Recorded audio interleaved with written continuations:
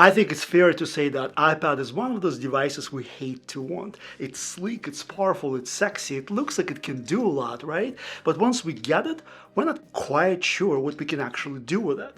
To make it super useful, that is, to justify the cost. And I think because of that, iPad is perceived as a solution searching for a problem. And frankly, there aren't a lot of problems it could uniquely solve.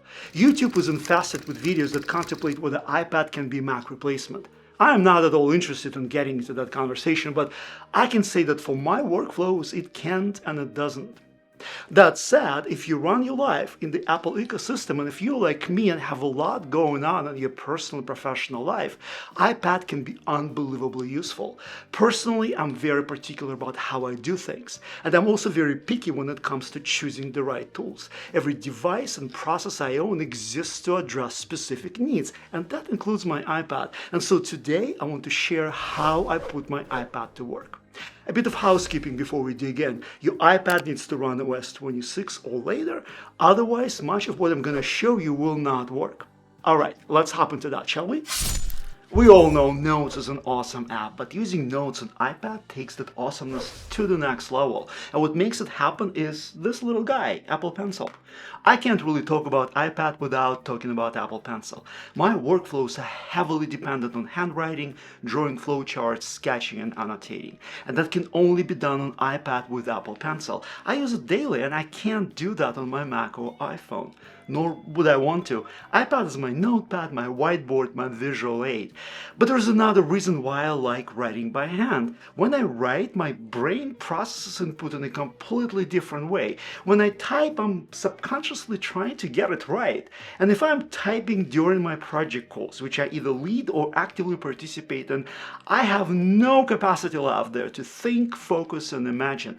But when I write, I can underline, I circle, I connect related ideas and notes, and somehow it just lands differently in my brain. Alright, that seems like a nice segue to the next outstanding iPad feature.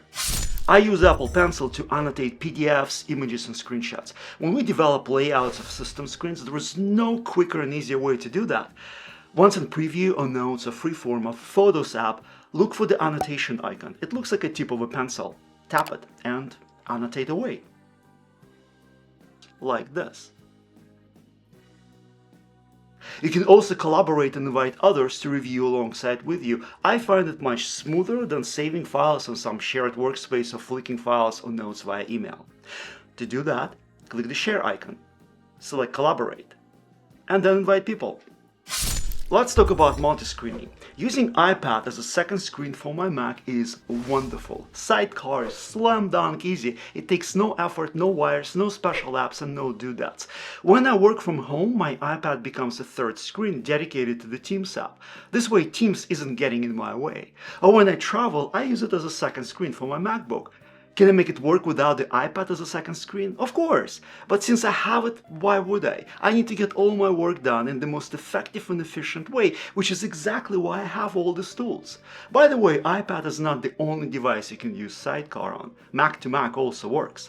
And then there is another way to multi-screen, universal controls. That allows you to control your iPad with the precision of your Mac's keyboard, mouse, and trackpad. It's different from Sidecar, where your iPad becomes an extension of your Mac. With universal controls, you're still using your iPad as a separate device. Why would I need that? Well, I may need to use apps that don't run on Mac. I also have a lot of handwritten notes, and it's just easier to handle those on iPad. And if I need to bring something over to my Mac, I'll just copy and paste it with Universal Clipboard or AirDrop it. Next, let's dive into special gestures. There are 4 that I use all the time. First, take a screenshot. I just use the default swipe from the bottom left. But once you have that screenshot, you can now do a million things with it. Obviously, you can share it or save it, but you can also recognize and copy text. If it's a phone number, you can call it or save it in your contacts. Or if this is something that has a date and time, you can add it to your calendar. And obviously, you can mark it up or draw on it. Second, quick note. The default swipe is from the bottom right. When you do that, your iPad will open a quick note, like this. Pro tip, instead of creating a new quick note every time, which is a default setting, set it up as a continued quick note. This way you have one quick note for all your brain dump instead of many notes. And now you can go back to the same note, review, keep what you want and delete what you don't. Otherwise, your quick notes will quickly pile up and you will forget what's what and where. So turn it on. Go to Note Settings. Toward the middle, look for Quick Note. Turn on Resume Last Quick Note. Just keep in mind that this preference is local to a specific device. It doesn't sync across all your other Apple devices automatically.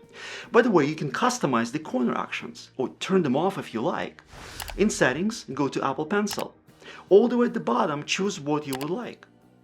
But if you prefer to use your finger instead, you will need to turn off windowed apps first. From what I understand, it's because it conflicts with how windows are manipulated when that option is on.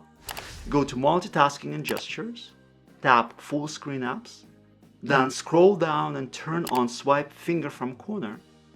Then choose your preferred action. My third favorite gesture is to access notes from locked screen. I actually use this one more often than the quick note because it's just so damn convenient. You know, when I really need to take down a note, my iPad is not likely to be on. So I just tap the lock screen with my Apple Pencil and a new note will open up. Just keep in mind that this is not a new quick note. Instead, it will be a new regular note and it will be located in the Notes folder. But just like with the quick note, you can set this one up to continue. I think it makes it easier to find my stuff. To turn it on, you need to go back to Note Settings. Once there, scroll all the way down to Access Notes from Lock Screen, tap, then select Resume Last Note. Next section, select Create on Lock Screen. Last section, select Never. But there is a better way, and it happens to be my fourth favorite gesture. Swipe from the top. Swipe from the top middle of the screen to pull down a menu bar. And here you can get more options, almost like on Mac. So back in Notes, swipe down. Select Settings. You can see that this is a much faster and more direct path. Multitasking. If you happen to watch my other videos, you know that drag and drop items from one app to another is the bedrock of my workflows. iPad hands down is the best device to do it on, and the best way to drag items between apps is to set them up side by side. For example, I can drag a note to reminders like this, or I can drag an email, or a calendar invite, or a web URL. Each of the simple moves accomplishes three useful things for me. First, it created a task tile on my Kanban board and reminders. I can now time box and prioritize. Second, the task now has a link to my note. If I tap the icon, my linked note will open. And third, I didn't have to type anything. It's so super easy and yet so helpful and powerful. By the way, if you haven't already, check out my videos on how I use notes, reminders, mail, and calendar to run my workflows and keep my head above water. The links are in the show notes. Next, let's talk about multi-windowing. It's a word. The new windowing system that came with the OS 26 is absolutely wonderful and clever. Does it make iPad into Mac? No, it doesn't, not by a long shot, but it does make iPad better. So here's how to turn it on. In Settings, go to Multitasking and Gestures, select Windowed Apps option. Once it's on, you can drag the corners to resize, or grab the top of the window to move it. You can even move part of the window outside of the screen and out of your way. Now grab any window at the top and flick it to the top, like this. And it will fit the screen. If you flick it to the side, it will take exactly half of the screen, like this. Now grab another app and flick it to the other side, like this. And look, you've got yourself a split screen. If you open more than 2 split screen windows, you can mix and match what you see on each side. So right now I've got mail and calendar on my screen. So let's swipe from the bottom and hold. We're now in the app switcher view. I've got notes and reminders here as well. And I already configured them for split screen before I closed them. And here's the cool thing. The apps will reopen in the same size and position as when you close them, even if you turn off and restart your iPad. And by the way, remembering Windows placements and size is another neat iPad's feature. Alright, let's tap Notes, and now we've got Notes and Calendar side by side. Let's swipe up and hold, tap Reminders, and now we have Reminders and Notes. Move the handle between the apps to resize each side. Swipe from the bottom and all your active windows will move to the sides. You can now move through your home screens and launch more apps. And yet, there is another option to manage size and placement of windows. We can now use the Mac-like traffic light controls. Just tap on the upper left corner on any window to make the controls bigger. Tap and hold the green control. You will get a drop-down with a bunch of options to arrange the windows. By the way, clicking on the red control actually exits the app, which is different from Mac. Here are a few of my favorite little things that make working with iPad smoother and faster. Draw perfect shapes. Draw a shape, hold pencil down for a second and you will get a perfect shape. Now my favorite keyboard gestures. Hold down on keyboard to make it into trackpad. Swipe down on number keys to type characters. Pinch the keyboard to make it larger or smaller. And now you can shove that small keyboard all over the screen. Now my favorite on-screen actions. There are 4 that I use all the time.